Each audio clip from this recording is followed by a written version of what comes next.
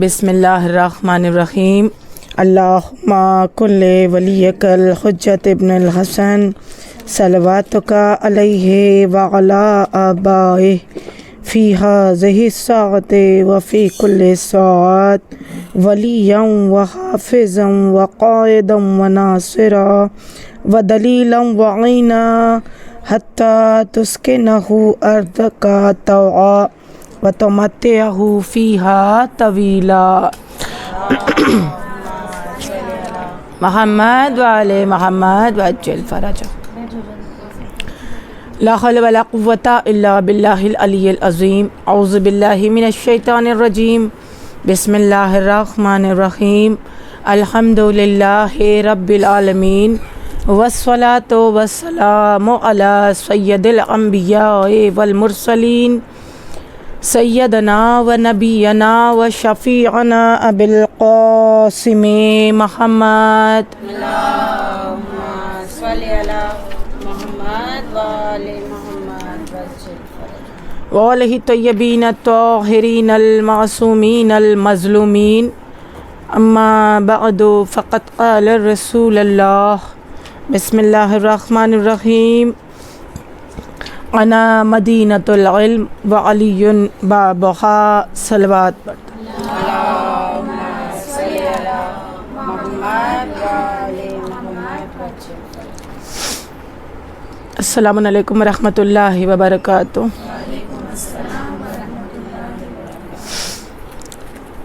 آئیے میری محترم میری معزز مائیں بہنیں اور بیٹیاں، ہم سارے مل کر نہج البلاغہ کلمات قصار مولا کائنات علیہ السلام کی حکمتوں کی ابتدا اللہ کے نام سے کرتے ہیں اور خدا سے دعا کرتے ہیں پروردگار اس قول امیر المومنین علیہ السلام کو سمجھنے بوجھنے اور اس پر عمل کرنے کی ہمیں توفیق عطا فرمائے.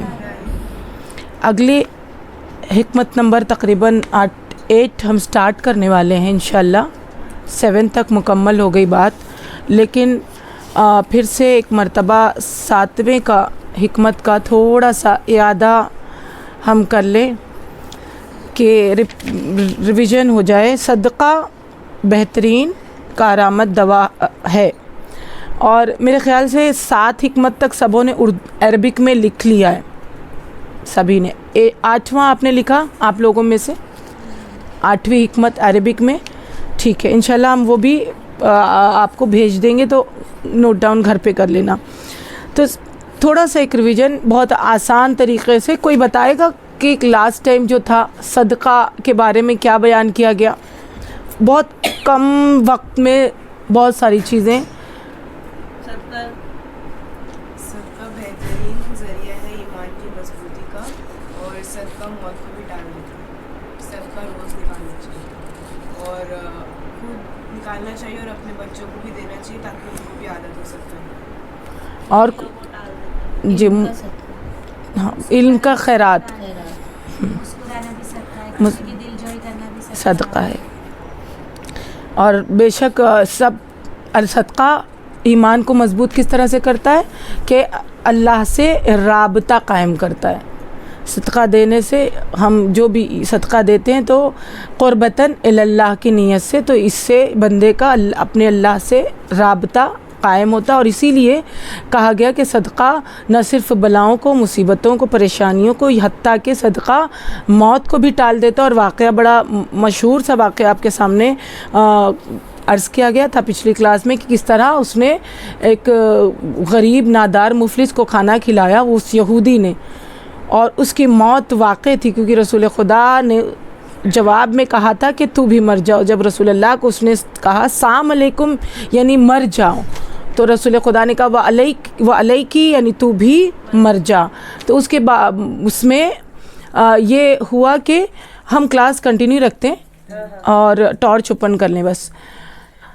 اس کیس میں یہ اس بارے میں یہ ہوا کہ پھر اسے موت تو آنی ہی تھی، کیونکہ موت رسول خدا نے کہہ دیا کہ تو مر جا جواب میں. لیکن وہ مرا نہیں، وہ واپس سے زندہ سلامت ٹہلتے ہوئے مسکراتا ہوا پھر سے آ رہا تھا. تو سبوں نے اس کو گھیر کر پوچھا کہ بھائی تم ایسے کیسے ممکن ہوا جب اللہ کے رسول نے کہہ دیا کہ مر جا، یعنی تو موت تو یقینی ہے. تو پھر پتہ چلا کہ اس نے کسی غریب، وہ جب کھانا کھا رہا تھا اپنا ٹفن باکس کھول رہا تھا تو جنگل میں جب لکڑیاں کاٹنے گیا تھا تو اس وقت ایک غریب بھوکا اس کے سامنے آ کر بیٹھا اور اس نے کہا کہ میں بہت دنوں سے بھوکا ہوں، مجھے بھی کھانا کھلا دو، اگر کچھ ہو تو مجھے بھی دے دو. تو اس نے اپنا ٹفن، اپنا کھانا اس کے ساتھ شیئر کیا، اسے کھلایا. اس کے بعد اس وجہ سے اس کی آتی ہوئی موت بھی ٹل گئی. اور وہ پتہ کیسے چلا کہ اس کی موت تھی کہ رسول اللہ نے کہا اس کی جو گٹھری بندھی ہے اسے کھولو. اور جب گٹھری کو کھولا گیا تو لکڑیوں کے بیچ میں سانپ تھا جو اسے ڈسنے کے لیے آیا تھا، لیکن اس صدقے کی وجہ سے وہ اس کی موت وہاں ٹل گئی، وہ لکڑیوں میں الجھا رہ گیا. اور یہ بتانا چاہتے ہیں اس واقعے کے ذریعے کہ صدقہ موت کو بھی ٹال سکتا ہے، لیکن خلوص نیت کے ساتھ ہونا چاہیے، صدق دل کے ساتھ ہونا چاہیے، اس میں کوئی ریاکاری نہیں ہونا چاہیے. اور صدقہ بہترین جگہ پر جانا چاہیے. ایسا نہ ہو کہ صدقہ دینے سے کوئی معاشرے میں اس کا الٹا اثر آئے، یعنی بس ہم دیتے جا رہے ہیں اور سامنے والا اسی وجہ سے کوئی کام نہیں کر رہا ہے، کاہل ہوتا جا رہا ہے. ہمیں یہ نظر رکھنی چاہیے کہ ہمارا صدقہ، ہمارا پیسہ کہاں جا رہا ہے. وہ سب سے اہم کام ہے کہ ہمارا صدقہ کہاں جا رہا ہے، کہیں اس سے کوئی غلط اثر تو نہیں ہو رہا ہے. دوسری چیز بہت پیارا موت کے بارے میں جو اسی حکمت کے ذریعے امام علی علیہ السلام نے فرمایا کہ دنیا کے اعمال لوگوں کے دنیا کے اعمال آخرت میں ان کی نگاہوں کے سامنے رکھے جائیں گے یا کھول دیے جائیں گے. بے شک کہ انسان کے جو اعمال ہوتے ہیں وہ ایک اس کے گردن میں لٹکے ہوئے ہوتے ہیں. یہ جو دو فرشتے بیٹھے ہیں وہ ایک کتاب لکھ رہے ہوتے ہیں، یہاں پر بھی اور یہاں پر بھی نیکیاں اور بدی دونوں لکھی جاتی ہیں. اور جب وہ مرے گا تو وہ ساری چیزیں ایک کھلی کتاب کی طرح اس کے سامنے رکھ دی جائیں گی اور پھر اسے احساس ہوگا کہ ہاں میں نے کیا کیا کیا تھا. اور اس کے مطلب انسان کو نیک عمل کرتے رہنا چاہیے اور ہر عمل کے پیچھے اسے خیال رکھنا چاہیے کہ اسے ایک دن مرنا ہے. موت کا اسے ضرور خیال ہونا چاہیے کہ وہ ایک دن دنیا سے جانے والا ہے. لہٰذا ہر عمل بخشنودی پروردگار، بخشنودی امام زمانہ بجا لانا چاہیے، جو مومن کی علامت، دراصل میں مومن کی علامت ہے. 8ویں حکمت کی زیارت کا شرف ہمیں امام زمانہ کے طفیل سے میسر آیا ہے اور ہم سب مل کر شکریہ ادا کرتے ہیں پروردگار عالم کا کہ ہمیں حکمت مولا کائنات کو دیکھنے، سننے اور سمجھنے کی توفیق ملی. امام فرماتے ہیں، اس کا عربک تو لائٹ نہیں ہے تو برابر سے سمجھ میں نہیں آئے گا، ایک صلوات پڑھ دیں. اللہم صلی علی محمد و آل محمد امام فرماتے ہیں بسم اللہ الرحمن الرحیم، اعجب لحاظ الانسان ینظر بشخم و یتکلم بلحم و یسمع بعزم و تنفس من خرم. میرے چشمے سے ایکچولی برابر نظر نہیں آتا ہے. من خرمن، یہاں پر امام فرماتے کہ انسان، اس کا ترجمہ آپ کو عربک مل جائے گی، آپ برابر سے پراپر لکھنا. انسان کو، اور چونکہ میری ریڈنگ ہو سکتا ہے کیونکہ میرا چشمہ پراپر نہیں ہے نزدیک کے لیے، تو مجھے چشمہ نکال کے پڑھنا پڑے گا. انسان کی ساخت پر تعجب کرو کہ چربی کے ذریعے دیکھتا ہے.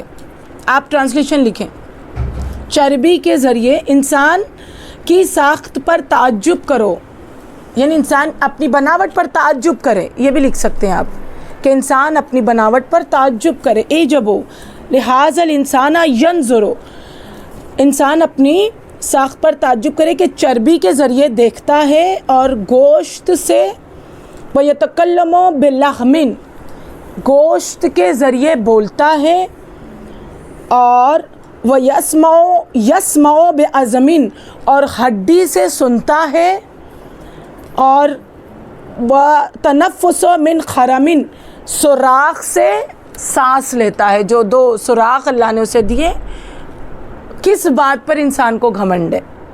اگر ہم اسے مولا کائنات فرماتے ہیں کہ انسان کس بات پر نخرے دکھاتا ہے.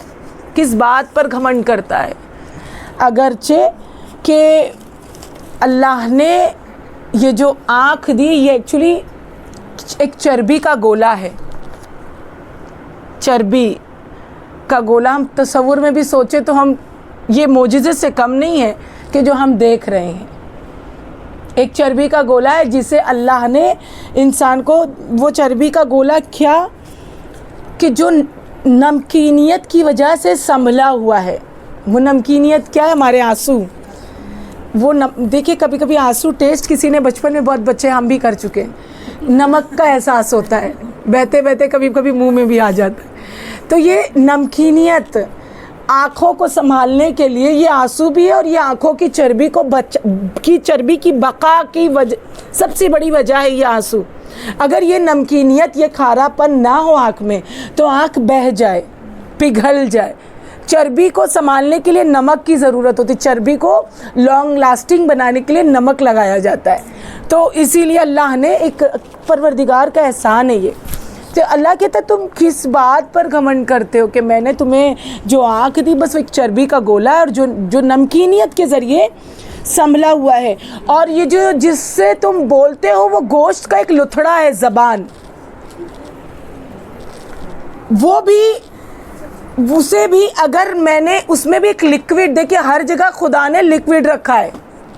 یہ لیکوڈ اپنے آپ میں بڑی قیمتی شے ہے. وہ چاہے آنکھ کا لیکوڈ ہو آنسو کی شکل میں، یا وہ زبان کا لیکوڈ ہو لعاب کی شکل میں، سلائیوا. اگر یہ نہ ہو، آپ اس سلائیوا کی اہمیت اگر سمجھ جائے تو یہ بہت بڑا خزانہ ہے انسان کے لیے. یہ بڑی قیمتی دولت ہے کہ اگر یہ سلائیوا نہ ہو، یہ گوشت کے لتھڑے کو سنبھالنے کے لیے خدا نے اس میں لعاب رکھا. اگر یہ لعاب نہ ہو تو گوشت کا لتھڑا ہوتے ہوئے بھی بول نہیں سکے گا، ہل نہیں سکے گی، زبان چپک جائے گی، اسی میں چپک جائے گی. اور اسی سلائیوا سے، اسی لعاب سے، اسی لیکوڈ سے جو خدا نے اس گوشت کے لتھڑے کے ساتھ جوڑ کر رکھا ہے، ہمیں ٹیسٹ بھی ملتا ہے. اس میں مٹھاس ہوتی ہے، اس لعاب میں شیرینی ہے. اور یہ شیرینی اگر نہ ہو تو ہمیں کوئی بھی کھانے کا ذائقہ نہ ملے. بات سمجھ میں آ رہی ہے؟ اگر یہ شیرینی نہ ہو، یہ مٹھاس نہ ہو سلائیوا کی، لعاب کی، تو نہ ہم بول سکے، نہ ہماری زبان موومنٹ کر سکے، اور نہ ہمیں کھانے کا کوئی ذائقہ مل سکے. تو امام فرماتے انسان کس بات پر گھمنڈ کرتا ہے، کس بات پر اتراتا ہے؟ خود اللہ بس وہ 4 چیزوں پر مشتمل ہے. پہلا ایک چربی جسے اللہ نے نمک سے سنبھالا ہوا ہے. دوسرا گوشت کا لتھڑا جسے زبان کہتے ہیں، اور وہ نہ ہو تو وہ بول نہیں سکتا. تیسری چیز ہے ہڈی سے سنتا ہے. کان کیا ہے؟ یہ ہڈی، یہ پوری اندر تک اگر ہم دیکھیں تو شروع سے ہڈی اور آخر تک ہڈی ہے. اور اس ہڈی میں بھی لیکوڈ ہے. دیکھیں بنا لیکوڈ کے انسان کا وجود ہی نہیں ہے. اس ہڈی سے سنتا ہے، اور اس ہڈی میں ایک کڑوا لیکوڈ ہے. اور اس کڑوے لیکوڈ کی سب سے بڑی اہمیت یہ کہ کوئی بھی حشرات الارض، کیڑے مکوڑے انسان کو ضرر نہیں پہنچا سکتے. اگر وہ جانا بھی چاہے تو وہ مر جاتے ہیں اس لیکوڈ کی وجہ سے. وہ ان کے لیے ایک زہر کا کام کرتا ہے. ورنہ انسان سوئے کہیں بھی لیٹے کہیں بھی تو وہ سیف نہ ہو. کوئی بھی باریک سے کیڑا کان کے ذریعے داخل ہو کے اور کہیں بھی چلا جائے، دماغ میں چلا جائے، کہیں بھی چلا جائے. تو لہٰذا وہ اللہ نے نعمت کے طور پر ہڈی کے ذریعے سننے کی طاقت دی، اور اس ہڈی میں اس کی سیفٹی کے لیے ایک کڑوا سا لیکوڈ رکھا، جس کی وجہ سے وہ محفوظ ہے کیڑے مکوڑوں سے کہ جو اس کے اندر داخل نہیں ہو سکتے. آپ لوگ لکھ رہے ہیں برابر؟ باتیں نوٹ ڈاؤن ہو رہی ہے نا؟ تو انسان کس بات کا غرور کرتا ہے کہ اللہ نے اسے پھر وہ 2 سوراخ جو اسے جسے ناک کہتے ہیں، جسے ناک کے نتنوں سے مثال دی گئی ہے، وہ 2 سوراخ نہ ہو تو سانس نہیں لے سکتا. کتنی پیاری نعمت ہے ہوا اور آکسیجن. ہم نے اسے محسوس کیا ہوگا کورونا ٹائم میں کہ کس طرح سے اللہ نہ کرے جو اس درمیان گزر گیا، بس ایک سانس کا سوال تھا. ان سے اس وقت پوچھئے وہ عالم کہ جب وہ آکسیجن پر ہوا کرتے تھے. تو خدا کا شکر ہے ہم اس کا احساس نہیں کر سکتے، لیکن جب انسان بھول جاتا ہے نا خدا کو، تو خدا احساس دلانے کے لیے ایسی وبائیں ڈال دیتا ہے کہ اب تو تم یاد کرو کہ خدا نے تمہیں کیا کیا دیا ہے، کتنی نعمتیں دی ہیں. ہمیں احساس نہیں ہوتا کہ ہم ایک لمحہ سیکنڈ بھر بھی اگر سانس کو روک لیں، اس درمیان کافی لوگوں نے پریکٹس بھی کی تھی سانس کو روکنے کی، اپنے جو ہے وہ سسٹم کو، امیونٹی سسٹم کو بڑھانے کی. 1 منٹ روکیں تو تاکہ لنگس پتہ چلے اس کا لنگس کتنا اچھا ورک کر رہا ہے کہ اس ٹائم پہ سب نے پتہ نہیں کیا کیا کیا تھا. کتنی زندگی سب کو پیاری تھی. موت سے کتنا بڑا، بے شک موت سے تو انبیاء جو ہے وہ خوف نہیں، مطلب پسند نہیں کرتے تھے. تو ہم انہی کی اولادیں، ہم بھی کیسے پسند کریں گے؟ موت کتنی حسین کیوں نہ ہو، موت کتنا ہی پیارا سا ایک احساس کیوں نہ ہو، موت خدا سے ملانے کا ذریعہ کیوں نہ ہو، موت جو ہے پنجتن پاک سے ملانے کا ذریعہ کیوں نہ ہو، موت قبر میں امام حسین اور مولا کائنات سے ملنے کا ذریعہ کیوں نہ ہو، لیکن پھر بھی موت سے ڈر لگتا ہے. موت ایک ایسا وحشت ناک لفظ ہے ہمارے لیے کہ ہم دوسرے کے لیے سنتے ہیں تو ہمیں گھبراہٹ سی ہونے لگتی ہے. تو کنیزان ذرا یہ جسے موت کا خوف ہونا، وہ اس سانس کی اہمیت کو سمجھ جائے کہ جو ایک ایک لمحہ ہم آکسیجن لیتے اور چھوڑتے ہیں کاربن ڈائی آکسائڈ، یہ کتنا قیمتی ہے انسانی زندگی کے لیے. تو یہ 4 قوتیں خدا نے دی ہیں. قوت باصرہ یعنی سننے کی طاقت جو ہڈی کے ذریعے یعنی کان کے ذریعے، قوت ناطقہ یعنی بولنے کی طاقت جو زبان ایک گوشت کے لتھڑے کے ذریعے جسے لحم اللہ امیر المومنین علیہ السلام نے کہا، قوت سامعہ یعنی سننے کی طاقت، قوت باصرہ یعنی دیکھنے کی طاقت، قوت باصرہ یعنی بصیرت سے بنا ہے، باصرہ یعنی دیکھنے کی طاقت، قوت ناطقہ یعنی بولنے کی طاقت، قوت سامعہ یعنی سننے کی طاقت، اور قوت سامہ یعنی سانس لینا یا سونگھنا یا جو بھی ہم جس کا تعلق ناک کے 2 سوراخ کے ذریعے سے ہے. اگر یہ نہ ہو تو ہمیں زندگی کا کوئی مزہ نہ ملے. اور اسی طریقے سے ایک واقعہ ملتا ہے امام جعفر صادق علیہ السلام کے شاگرد جن کے ایک مسلک چلی ہے، محمد بجل فرجہ، جنہوں نے اپنے نام سے ایک مسلک ہی بنا دیا. تاریخ میں جو بھی ریزن ہو، خیر ہمیں اس سے مطلب نہیں، لیکن ایک مسلک حنفیہ مسلک جو چلی ہے امام جعفر صادق علیہ السلام کے، یہ سارے اسٹوڈنٹس تھے، شاگرد تھے ابو حنیفہ، شافعی، مالکی اور حنبلی. یہ سب امام جعفر صادق علیہ السلام کے درس علم سے فیضیاب ہو کر نکلے ہیں. اور پھر بعد میں ان کا جو بھی ریزن ہو، ہمیں اس پہ نہیں جانا کہ یہ کیوں امام کے مسلک کو، امام کے فقہ کو اپنی فقہ کا نام دیا، اور پھر بھی ایکچولی میں وہ امام کی فقہ تھی ہی نہیں. جب ان کے فقہ والوں کو دیکھو تو پتہ چل جاتا ہے کہ یہ امام کی فقہ تو کچھ اور ہے، جسے ہم اہل تشیع جس پر عمل کرتے ہیں. اہل تشیع کا جو ایمان عقیدہ ہے وہ ایکچولی امام جعفر صادق علیہ السلام کا، ملت جعفریہ والوں کا عقیدہ ہے. جب امام جعفر صادق علیہ السلام نے سنا کہ یہ فتوے دے رہے ہیں، یہ مفتی بن گئے ہیں، یہ جو ہے وہ دین پھیلا رہے ہیں، یعنی میں امام ہوں لیکن پھر بھی، امام نے پھر بلا کر پوچھا کہ یہ بتاؤ کہ تم فتوے کیسے دیتے ہو؟ تو انہوں نے کہا کہ یا امام، پہلے تو خاموش تھے، اس کے بعد جب امام نے کہا بتاؤ کہ تم فتوے کیسے دیتے ہو، یہ حق تو ہمارا ہے، دین کے حقیقی رہبر تو ہم ہیں جو دوسروں کو راستہ دکھائے. تو اس نے کہا کہ بس مولا قیاس سے. تو امام وہیں پر امام نے فرماتے ہیں کہ قیاس تو شیطان کا کام ہے. قیاس لگانا، قیاس مطلب ڈیفینٹ نہیں، کسی چیز کے بارے میں اندازہ لگانا، ایسا ہو سکتا ہے. تو دین ہو سکنے پر تو نہیں چلتا نا. وضو کا طریقہ یہ بھی ممکن ہے ایسا وضو کیا جائے.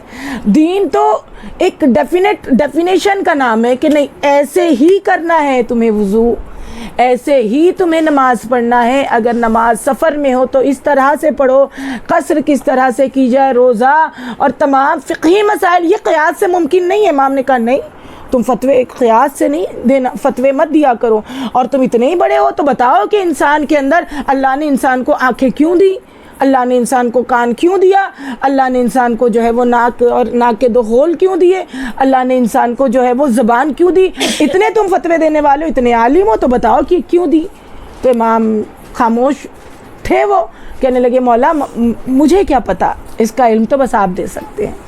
تو یہ علم امام جعفر صادق علیہ السلام سے ہمیں ملا, اور جس سے اور آپ کو ملا مولا کائنات علیہ السلام سے.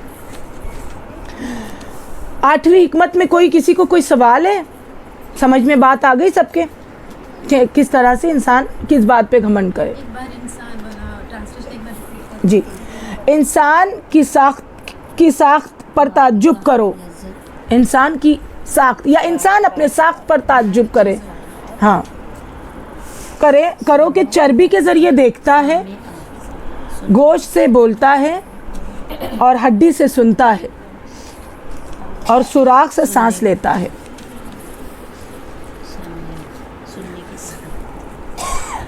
آئیے 9ویں حکمت ہم شروع کرتے ہیں انشاءاللہ. اس میں امام مولا کائنات علیہ السلام فرماتے ہیں اذا اقبل الدنیا علی احد اعارته محاسنا غیرہ واذا ادبرت عنہ سلبته محاسنا نفسہ. یعنی ترجمہ لکھیے اس کا کہ جب دنیا, لکھ رہے ہیں سب کلاس, جب دنیا کسی کی طرف متوجہ ہوتی ہے تو یہ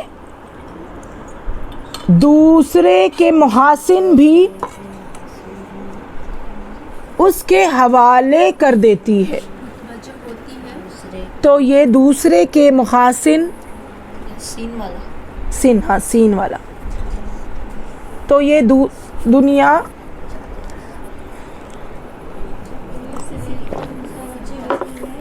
تو وہ دوسروں یا دوسرے کے محاسن بھی, ہاں میں بتاتی ہوں, آپ لکھیں پہلے, اس کے حوالے کر دیتی ہے. خوبیاں کے محاسن یعنی خوبیاں, کوالٹیز, گڈ کوالٹیز.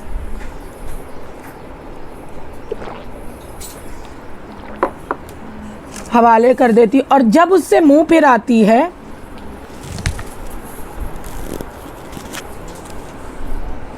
تو اس کے خود کے محاسن بھی سلب کر لیتی ہے, اور جب اس سے منہ پھراتی ہے یا پھیر لیتی ہے, آپ دونوں بھی لکھ سکتے ہیں,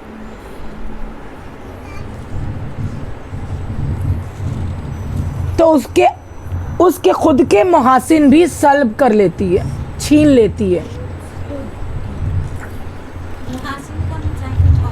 گڈ کوالٹیز, یہ بند کرتے ہیں, چھین لیتی ہے.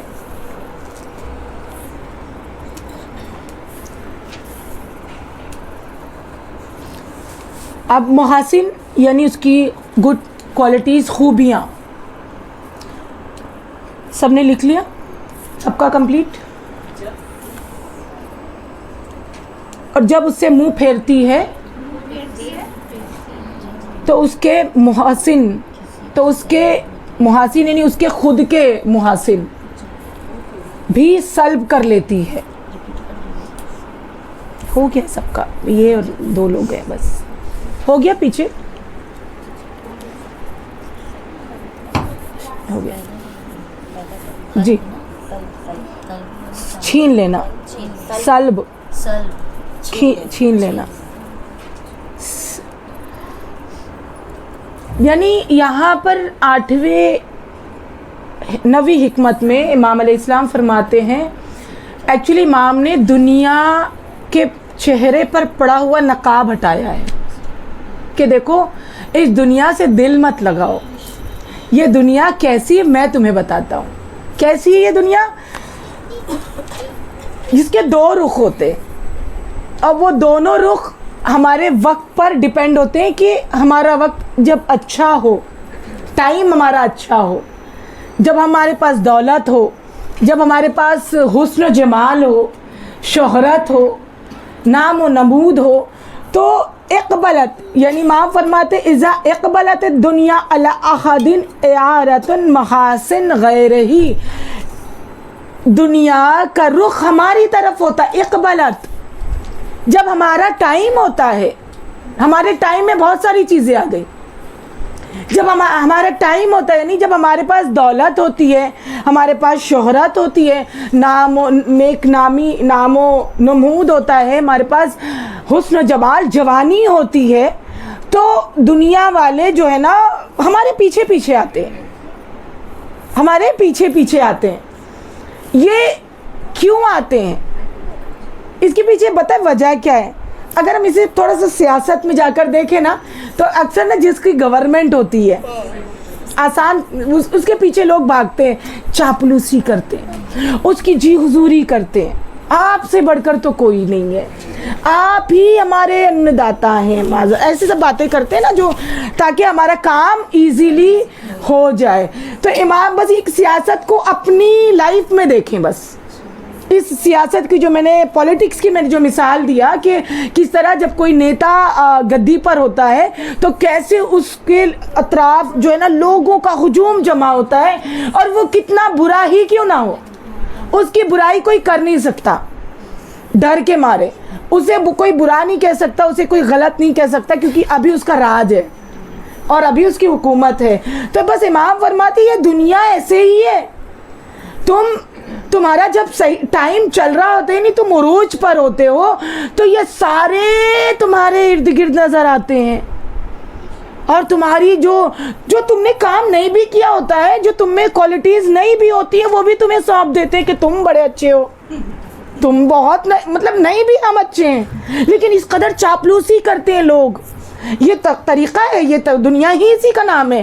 اس قدر لوگ مطلب ہم جسے کہنا کہ چمچ عام زبان میں، ہم آسان لفظوں میں، اس قدر اس کے آگے پیچھے گھوم بے فضول کی تعریفیں کرتے رہنا، جبکہ وہ اچھا بھی نہ ہو، خوبصورت بھی نہ ہو، اس کی خوبصورتی کی تعریف کرنا.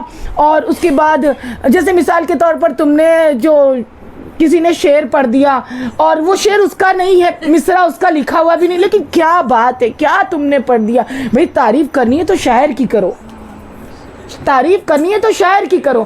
تو امام فرماتے ہیں یہ دنیا ہے، یہ جب تمہارا وقت ہوتا ہے، تمہارا ٹائم ہوتا ہے، تو سب تمہیں گھیر کر تمہارے محاسن، یہاں تک وہ محاسن، وہ خوبیاں جو تمہاری اپنی ہوتی بھی نہیں ہیں، دوسروں کی ہوتی ہے، تم سے چپکا دیتے ہیں اور پھر تمہیں چڑھا دیتے ہیں.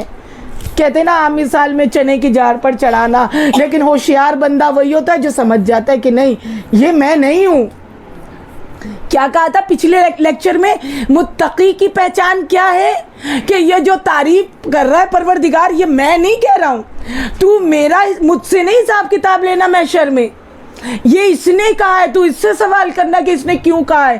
اور اگر اور ساتھ میں متقی کی علامت یہی ہوتی ہے کہ اگر کسی نے اس کی تعریف کر دیا تو دعا کرتا ہے کہ پروردگارہ اگر میں نہیں ہوں تو مجھے ایسا بنا دے.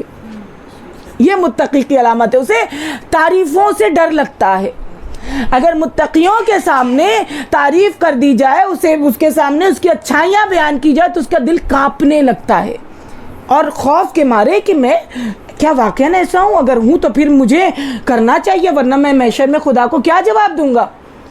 تو اللہ امام فرماتے ہیں کہ اقبلت یعنی دنیا کا رخ ہماری طرف جب ہوتا ہے، یعنی جب ہمارا اچھا وقت ہوتا ہے، تو یہ ساری دنیا والے ہمارے ارد گرد، یعنی جب ہمارے ارد گرد لوگ جمع ہو تو سمجھ جاؤ کہ ہمارے کسی نہ کسی ریزن کی وجہ سے جمع ہے.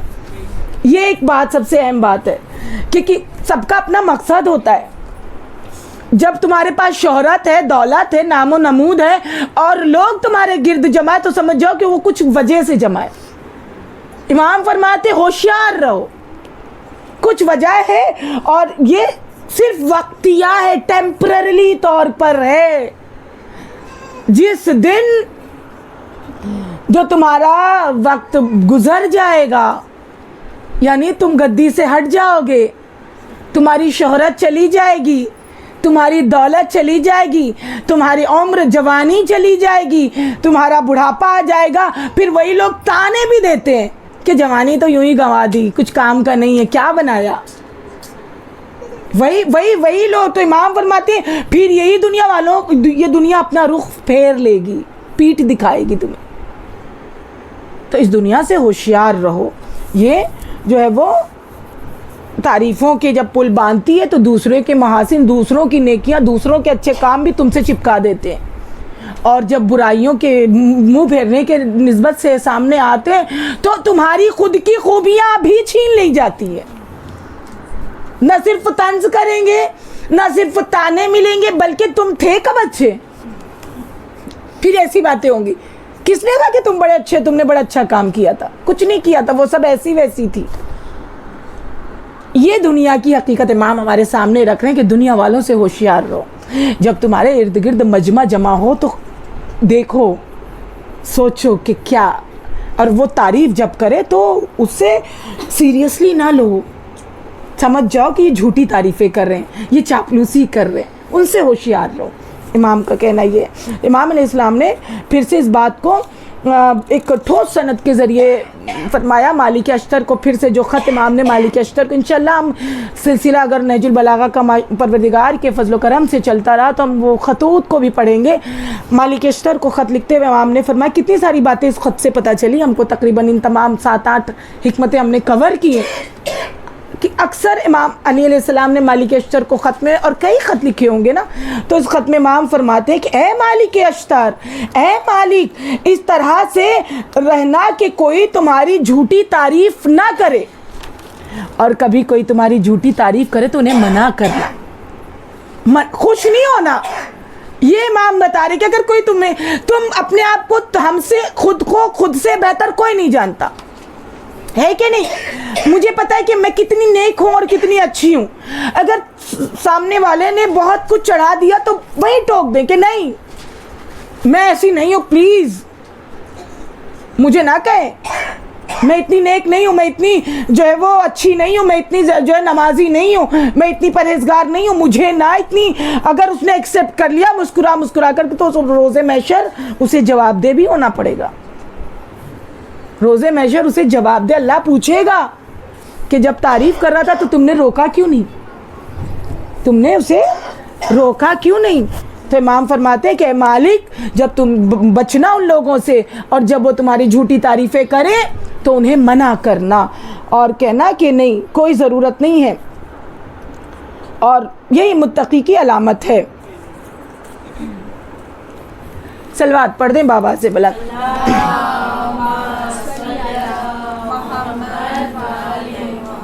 سمجھ میں اقبلت دنیا و ادبرت دنیا کیا ہے؟ اقبلت دنیا یعنی دنیا کا رخ جب ہماری طرف ہو. کب ہوتا ہے؟ کہ جب ہمارا وقت اچھا ہو تو یہ دنیا ہماری طرف, اقبلت نہیں ہماری طرف ہوتی. اور ادبرت کب ہوتی ہے؟ کہ جب ہمارا وقت ٹائم ختم ہو جائے, یا ایک وقت سب کا معین ہوتا ہے شہرت اور نام و نمود کا.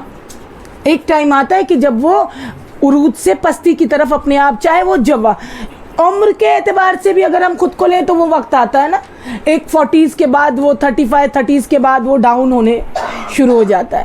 تو بس اسی پر آپ لے لیں کہ ہمیں کس طرح سے دنیا کو سمجھنا ہے اور کس طرح سے دنیا والوں کے سامنے رہنا ہے. کتنی پیاری باتیں امام علیہ السلام نے کتنی چھوٹی چھوٹی باتوں کو سمجھایا ہے. واقعاً ایسے لگتا ہے کہ یہ بات بھی اتنی امپورٹنٹ ہے.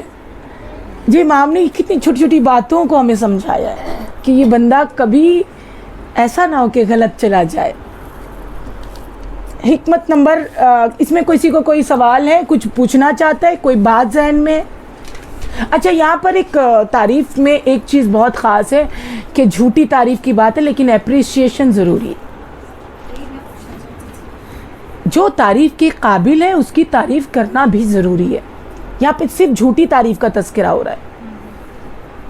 یہاں شروع سے جو بات ہو رہی ہے اس حکمت میں وہ جھوٹی تعریفوں کی, کہ جو نہیں ہو وہ بیان کرنا, وہ چپکا دینا. لیکن جو واقعاً تعریف کے قابل ہے تو اس کی تعریف کریں, اسے اپریشیٹ کریں. نہیں کریں گے تو وہ کبھی پھر دل میں کہیں نہ کہیں وہ رہ جاتی کہ مطلب نہیں. ایک ہمت افزائی چاہیے ہوتی ہے, حوصلہ افزائی کی ضرورت ہوتی ہے، چاہے وہ علم کا میدان ہو، چاہے وہ کسی بھی معاملہ، کوئی بھی معاملہ ہو، کوکنگ ہو، گھر کے کام کاج ہو، محنت کرنے والے ہوں. اسی لیے میں نے بتایا نا کہ سچی تعریف کا حق ہے تو کریں تعریف. امام نے اس سے منع نہیں کیا ہے، وہ تو ضروری ہے. وہ نہ ہو تو دنیا کی جو وہ گاڑی پٹری سے اتر جائے گی. ہاں لیکن پراؤڈ، اسے گھمنڈ نہیں آنا چاہیے. بہت ساری باتیں ایک دوسرے سے کنیکٹڈ ہے نا. ایک تو جھوٹی تعریفیں نہ ہوں، بچیں کوئی کرے تو یہ ایک خلاصہ ہے اس حکمت کا. جھوٹی تعریفیں نہ ہوں. جھوٹی تعریفیں کوئی کرے تو ہمیں سمجھ میں آ جائے گا کہ یہ ہماری جھوٹی تعریف کر رہا ہے، اس کے پیچھے کوئی نہ کوئی اس کا مقصد ہوگا، تو وہیں روک دیں. اور دوسرے اگر وہ تعریف کا حقدار ہے تو اس پر ناز بھی نہ کرنے لگے، گھمنڈ بھی نہ کرنے لگے، اترانے بھی نہ لگے کیا بھائی میں نے تو، مجھ سے اچھا تو کوئی ہے ہی نہیں. اپنے آپ ایک اندر سے غرور آنے لگتا ہے، تو وہ بھی نہ کرے، بلکہ خدا کے خوف آنا چاہیے اس کے دل میں، اسے خوف ڈر لگنا چاہیے اور دعا کرنا چاہیے پروردگار اس کا حساب تو مجھ سے نہ لینا. میں نہیں کہہ رہا ہوں کہ میں بہت اچھا ہوں، اگرچہ کہ میں اچھی ہوں، لیکن میں نہیں کہہ رہی کہ میں بہت اچھی ہوں. ایک صلوات پڑھتے ہیں.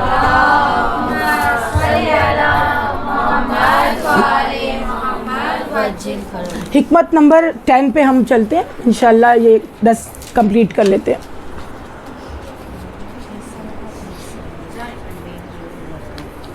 کریں نا 10واں.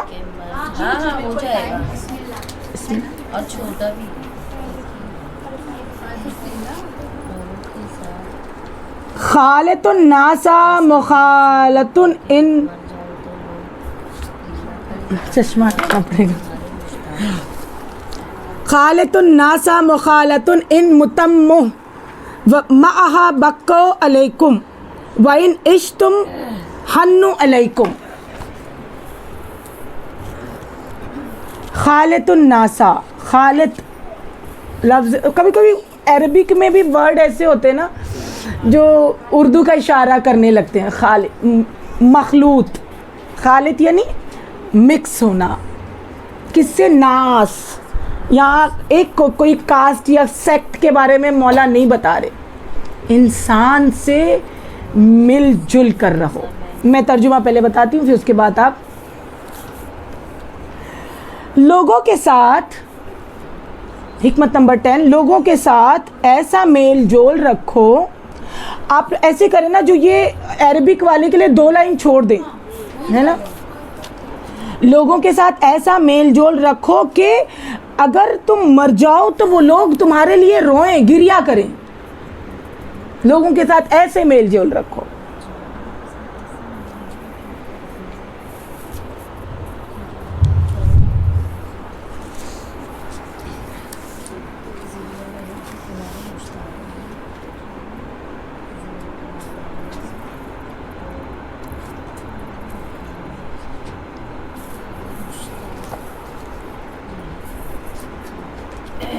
اگر تم مر جاؤ تو وہ تمہارے لیے گریا کریں، اور اگر زندہ رہو تو تمہارے مشتاق رہیں، تمہیں ملنے کے لیے تڑپیں. یہ اخلاقیات کا بہت بڑا سبق ہے. تقریباً ہمیں شروع سے لے کے اب تک کی کئی باتیں جو ہے حکمت میں، کئی باتیں جو ہے اخلاقیات پر ہی آئی ہیں. کتنا کام کر رہے ہیں مولا انسان کے اخلاق پر، کہ انسان کا اخلاق اچھا ہونا چاہیے. یہ تڑپیں بھی آپ انڈر دا بریکٹ لکھ دیں، تڑپیں. ہاں، ملنے کے لیے مشتاق رہیں، نہیں بے قرار رہیں، پریشان رہیں، تڑپیں آپ لکھ سکتے ہیں. بے قرار رہیں یا تڑپیں، آپ جو بھی لکھ سکتے ہیں. یہاں پر امام فرماتے ہیں کہ لوگوں کے ساتھ میل جول رکھو، مکس اپ ہو کر رہو. اور یہ ہمارا بہت بڑا عیب ہے کہ بس ہم اپنے والوں میں ہی رہتے ہیں بھائی، ہے نا. کبھی کبھی تو یہ بات اپنے والوں میں صرف گھر کے اندر تک ہی رہ جاتی ہے.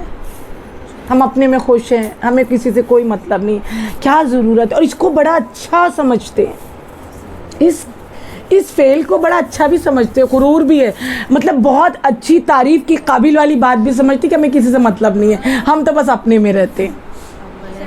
یہ بالکل امبل ہے ہمارا گھر بلا, یہ بالکل امام کے قول کے اگینسٹ جا رہی ہے بات. امام فرماتے ہیں صرف اپنے میں نہ رہو, صرف اپنے قوم و ملت والے میں بھی نہ رہو. یہ نہ سوچو کہ ہم تو امام والے ہیں, ہم تو مولا والے ہیں, ہم تو بس اپنی برادری ڈھونڈتے ہیں رہنے کے لیے. یہ بہت سوچنے والی, اور ہم ایسا کرتے ہیں, ہم ایسا کرتے ہیں, اس سے کوئی انکار کر سکتا ہے؟ ہم سارے ایسے ہیں. لیکن امام کیا کہہ رہے ہیں؟ امام فرما رہے ہیں کہ نہیں, انسانوں کے ساتھ میل جول رکھو, وہ چاہے کافر ہی کیوں نہ ہو. ہماری سب سے بڑی ویک پوائنٹ کیا ہے کہ اگر خدا نہ خواستہ کبھی کسی کا کوئی میت ہو جائے نا, اہل سنت میں بھی تو ہم ان کی میتوں میں بھی جانے سے گریز کہتے ہیں مولا کا چاہنے والا نہیں, کیا اس کی میت میں جائیں. ہاں یہ کرتے ہیں, ہم کرتے ہیں کہ نہیں؟ یہ بہت بڑا عیب ہے ہم میں. ہم کسی کو جج نہیں کر سکتے, یہاں تک کہ کافر کی یہاں بھی میت ہو, کسی کا ماں باپ پڑوسی کے اعتبار سے, اگر اپنے آپ کو کیا ہو, انسان ہے, وہ انسان ہے, وہ جو مر گیا ہے. لیکن ہم نہیں جاتے کہ وہ تو کافر تھا, ہندو تھا, اچھا ہوا چلا گیا. ذہن میں یہ چیز ہمارے رہتی ہے. تو امام فرماتے ہیں کہ ایسا نہیں, انسانیت سے اگر ایسا کچھ کہنا ہوتا تو امام کہتے کہ شیعوں سے ملو جلو, یا محبوں سے ملو جلو, یا صرف مسلمانوں سے ملو جلو. امام نے ہر انسان سے ملنے جلنے کے لیے کہا ہے. کیوں؟ کیا ریزن ہو سکتا ہے, آپ بتائیں کوئی.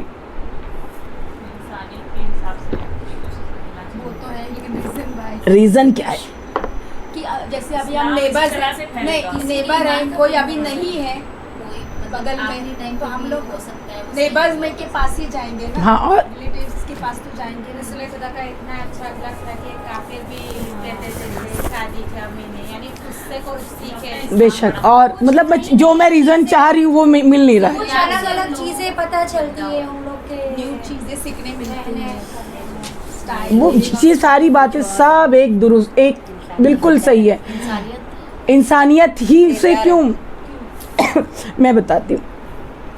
سب سے بڑی وجہ امام نے کیوں کہا, دیکھیے امام کوئی بات اللہ کو ہٹ کے کوئی بات اللہ سے کرتے نہیں ہیں, اس لیے ملے جلو نا کہ وہ اللہ کی مخلوق ہے, سب سے پہلے تو یہی بات ہے, اللہ کا کریشن ہے, وہ اللہ کا کریشن ہے, وہ اللہ نے اسے بنایا ہے. اور جب تم اسے دیکھو تو ناز کرو خدا کی قدرت پہ کہ کیا بنایا ہے پروردگار نے. اس لیے ملو جلو, اور جب ملو تب خدا کی تعریف. کیا پروردگار تو نے جو میرے سامنے اتنے سارے لوگ بیٹھے ہیں, سب کی اپنی اپنی الگ الگ خلقت ہے, سب کے دیکھیے سارے چہرے کوئی ملتا نہیں ہے ایک دوسرے سے, سب کی چار چیزیں تو سب میں کامن ہے. کیا اس پر ناز نہیں ہوتا؟ کبھی سوچے. امام فرماتے ہیں اس لیے سارے ریزن سب اپنی جگہ سب صحیح ہیں, لیکن امام فرماتے ہیں کہ لوگوں سے اس لیے ملو جلو کیونکہ وہ خدا کا کریشن ہے, خدا نے اسے خلق کیا ہے, خدا کی مخلوق ہے. اور سب ملو تو اسے دیکھ کر خوش ہو کہ اللہ نے اسے بنایا. یہ نہ سوچو وہ کافر ہے, وہ ہندو ہے, وہ مسلمان ہے, وہ سنی ہے, وہ جو مالکی ہے, وہ حنبلی ہے, وہ وہابی ہے, وہ اہل حدیث ہے. یہ کچھ نہ سوچو, بس یہ سوچو یہ ساری چیزیں ہم اپنے بچوں کو سکھاتے ہیں کہ انسانیت کی جیسے جی, اور یہ کرو وہ کرو. اور ایک طرف ہم یہ بھی بولتے ہیں کافر سے وہ مت کرو, جیسے کافر ابھی سے میں دوستی مت کرو. کوشچن پٹ اپ کرنا تھا, جیسے ابھی فنکشنز آتے ہیں یا دیوالی سوچیے, کیونکہ ہم لوگ چاروں طرف آل کاسٹ ہے, تو سپوز وہ لوگ بلائے تو ہم کو جانا چاہے تو کیا کچھ ان لوگ جو دے کھانا چاہیے. یہ اپنے فقہی مسائل ہیں. میل جول کرنا کس اعتبار سے کیسے کرنا وہ فقہ الگ چیز ہے, کہ ہمیں جو نجس پاک کا خیال تو ایک الگ کانسیپٹ ہی الگ ہے, لیکن ہم ان سے روگردانی نہیں کر سکتے, ہم ان سے اکڑ اپنے نہیں تم کون ہو, گھن نہیں کر سکتے ہم ان سے جو ہے, انہیں اپنے گھر بلائیں, ضرورت پڑے تو اپنے اعتبار سے ان کے گھر بھی جائیں. یہ اور پوائنٹ آف ویو, ہاں پالیٹکس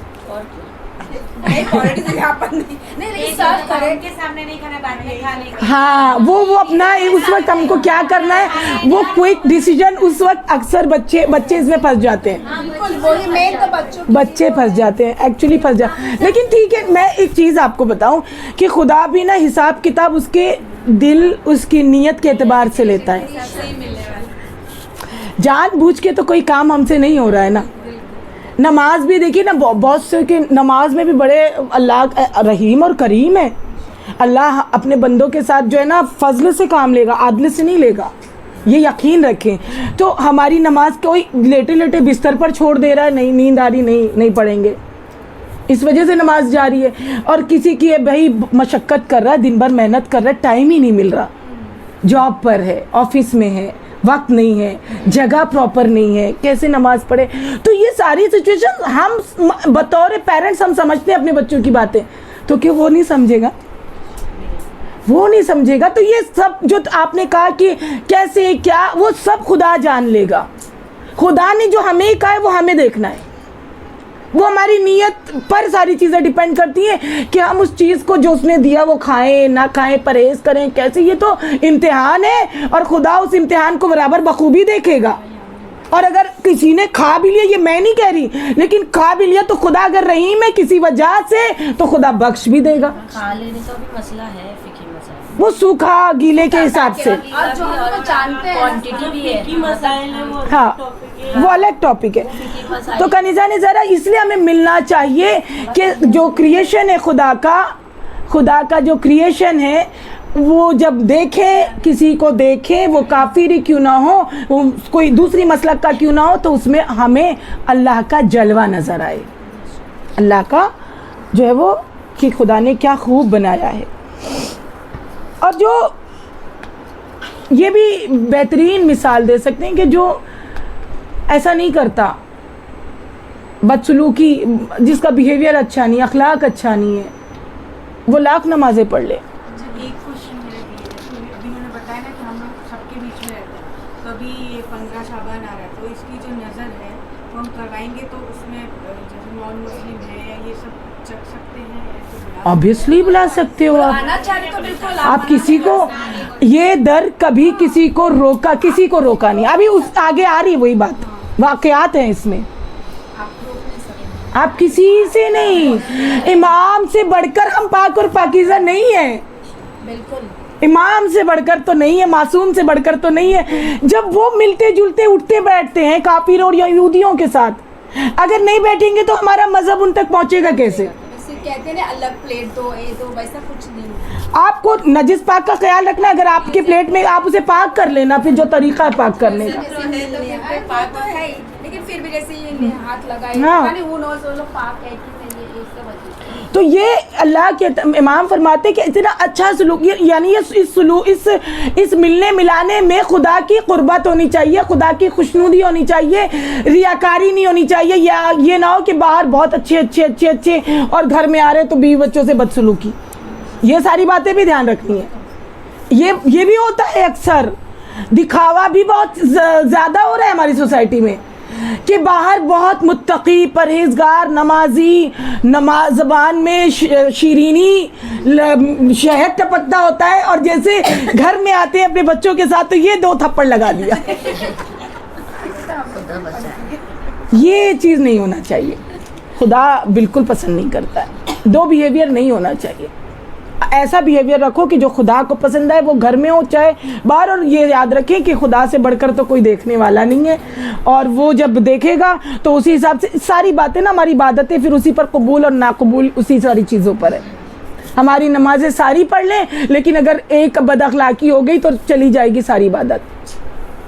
تو خدا سے قربت پانا ہے تو بالکل میل جول بڑھائیں, لوگوں کے ساتھ مکس اپ ہوں, اللہ کی کریشن پر ناز کریں, اللہ کے جلوے کو ان بندوں میں دیکھیں, اور بے شک ایسا رہے کہ جب چلا جائے دنیا سے ایسا اپنا اخلاق رکھے, ایسا میل جول رکھے کہ کافر بھی رو دے اس کے لیے.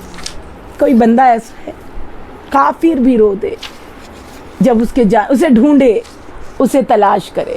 اور آپ نے دیکھا ہوگا اکثر یہ کمنٹس ملتے ہیں کہ کسی ملنے جلنے سے نا, یہ تو میں نے بتایا ہے کہ زیادہ بھی نہ ملو, پچھلے لیکچرز میں ہوا ہے, ایک لمٹ ہونی چاہیے ہے نا, کہ برائیاں پیدا ہونے لگتی ہیں, عیب ظاہر ہونے لگتے ہیں, بہت ساری چیزیں. لیکن اپنی پرسنالٹی کو جب کسی کے سامنے رکھو تو ایسا سامنے والا اور انرجیٹک ہو جائے. میل جول کا فائدہ ایک یہ بھی ہے, اکثر یہ لوگ کہتے ہیں کہ فلاں سے مل کے بڑا اچھا لگا, فلاں سے مل کے. کیوں؟ کیونکہ جب وہ آتے ہیں سامنے تو ہمارے اندر کی ساری نیگیٹیوٹی چلی جاتی ہے. ویسا اللہ چاہتا ہر بندہ ویسا ہونا چاہیے کہ جب وہ کسی سے ملے تو اس کا اثر یہ ہو اس کی زندگی میں کہ اس کی لائف پوری چینج ہو جائے. وہ اگر اداس ہو تو خوش و خرم رہے, اس کے اندر کوئی بھی, جیسے اکثر یہ بات میں اپنی لائف میں بتاتی ہوں, میرے بچوں کے ساتھ ہوا, ہمارے ساتھ بھی ہوا ہے کہ کوئی بات ہم اگر کوئی ملاقات کرتا ہے تو اس کے ساتھ باتوں کے ذریعے اسے اتنا پازیٹیو بنا دیں.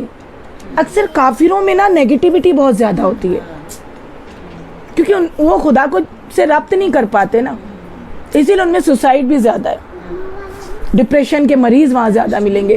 تو اکثر یہ ہوتا ہے کہ اکثر ہمارے بچے بھی کہتے ہیں ممی وہ ایسے اتنا پریشان ہے, ایسا ہے ویسا ہے. تو یہ بفضل خدا فرش ازا کا صدقہ ہے, درس کا صدقہ ہے کہ ہم سب میں یہ بات ہونی چاہیے. اور انشاءاللہ ہے, یہ یقین ہے مجھے کہ جب ہم اپنے بچوں میں پا رہے ہیں تو پھر آپ تو اپنے ساتھ والے ماشاءاللہ کتنی نالج ہوگی. تو یہ ہونا چاہیے کہ جب ہم سے کوئی ملاقات کرے کوئی مایوس تو وہ خوش ہو جائے, اس کی زندگی کی مایوسی نکل جائے. ایسے ہو, ایسے بنو, ایسی باتیں کرو, ایسے اس میں انرجی بوسٹ کر دو کہ وہ بالکل اس کے اندر نیگیٹیوٹی ختم ہو جائے اور وہ بار بار اس سے ملنے کے لیے تڑپتا, مشتاق رہے. وہ جب اس کے درمیان کبھی نظر مولا کائنات امام حسن علیہ السلام, امام حسین علیہ السلام کہ جب نہیں نظر آتے تھے تو یتیم روتے تھے, ہے نا, واقعات ہماری تاریخ میں موجود ہے. اور جب ملو تو کسی میں عیب مت دیکھو. دیکھیں میل جول تو کتنی ساری باتیں آ رہی ہیں. ایک تو اپنی پازیٹیو انرجی ان پر ڈالو, دوسرے اس کے اندر کے ٹیلنٹ کو ڈھونڈو اور ابھارو. نہیں تم تو یہ کر سکتی ہو, وہ اپنے اندر کا ٹیلنٹ نہیں دیکھ پا رہا لیکن ہم دیکھیں.